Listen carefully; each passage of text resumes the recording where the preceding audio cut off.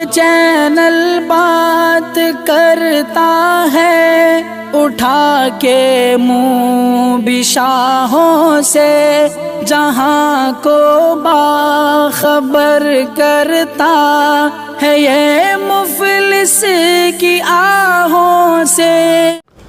ناظرین گرامی، السلام علیکم ورحمۃ اللہ وبرکاتہ۔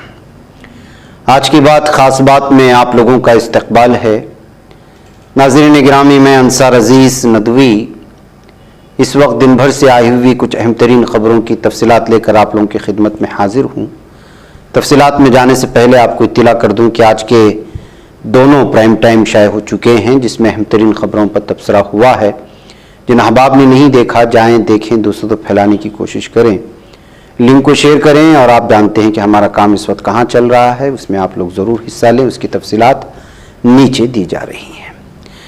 پہلی خبر ہے کرناٹک سے۔ کانگریس نے جمعرات کو 10 مئی کو ہونے والے کرناٹک اسمبلی انتخابات کے لیے 42 امیدواروں کی دوسری فہرست جاری کر دی ہے۔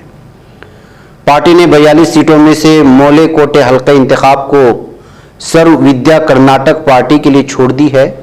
پارٹی نے اپنی پہلی امیدواروں کی فہرست میں 124 ناموں کا اعلان کیا تھا، جو اس نے گزشتہ ماہ جاری کی تھی۔ سنتوش ایس لاڑ کو کلگھٹکی اسمبلی حلقے سے اور کے سی ویریندر کو چتردرگا سے امیدوار بنایا ہے، اور سابق وزیر ایچ انجنائے اور کیمانے رتناکر کو بالترتیب ہوللکیرے یسی اور تیرتھہಳ್ಳಿ سیٹ سے ٹکٹ دیا ہے۔ اب 58 سیٹیں اور باقی ہیں کانگریس کو جن پر امیدواروں کا اعلان کرنا ہے۔ اس میں سے چکپیٹے اسمبلی حلقے بھی ہے، جس کا انتظار کے جے بابو شدت سے کر رہے ہیں۔ ادھر ناظرین گرامی، کرناٹک اسمبلی انتخابات کی تاریخوں کا اعلان ہوتے ہی لیڈروں نے متنازع بیانات دینا شروع کر دیا۔ اسی ضمن میں کرناٹک کے کابینہ وزیر اور بی جے پی کے رکن اسمبلی منی رتنا نے اقلیتی برادری کے خلاف نفرت انگیز بیان دیا، جس پر ایف آئی آر درج کر لی گئی ہے۔ رپورٹ کے مطابق منی رتنا نے حال ہی میں اپنے حلقہ انتخاب میں عیسائیوں کے خلاف مبینہ نفرت انگیز تقریر کی، جس کے بعد راجیشور نگر پولیس نے ان کے خلاف ایف آئی آر درج کر لیا ہے۔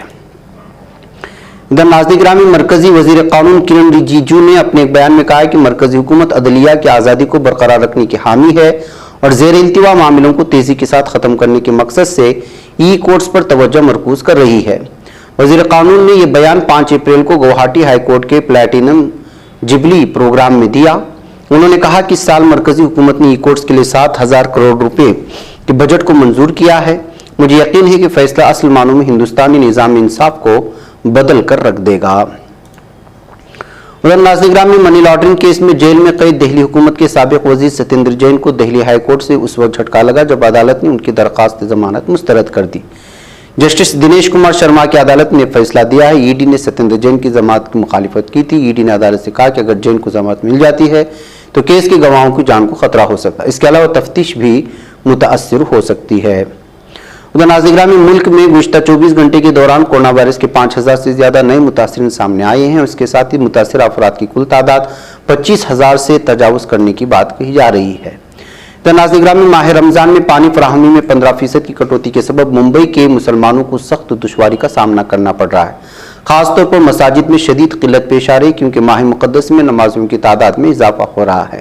مساجد میں نماز اثر تک پانی ختم ہونے کا اعلان جاری کرنا پڑتا ہے اور کہا جاتا ہے کہ مقتدی گھر سے وضو کر کے مسجد تشریف لائیں۔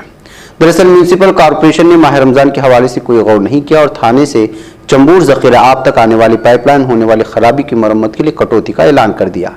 بی ایم سی نے ممبئی والوں سے کہا کہ وہ پانی کو کفایت شعاری سے استعمال کرے، کیونکہ اس سرنگ کی مرمت کی جا رہی ہے جو پانی لے جاتی ہے۔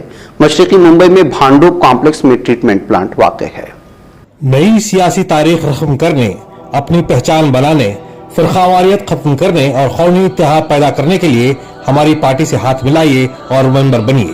اسکرین پر دیے جا رہے نمبرز پر مس کال دیں۔ ناظرین گرامی، ادھر دہلی کے جہانگیر پوری علاقے میں آج ہنومان جینتی پر جلوس نکالنے کی تیاری کی جا رہی ہے۔ دہلی پولیس نے کچھ شرائط کے ساتھ جلوس نکالنے کی اجازت دی، جبکہ امن و امان برقرار رکھنے کے لیے دہلی پولیس کی اضافی دستوں کے ساتھ نیم فوجی دستوں کو بھی تعینات کیا گیا ہے۔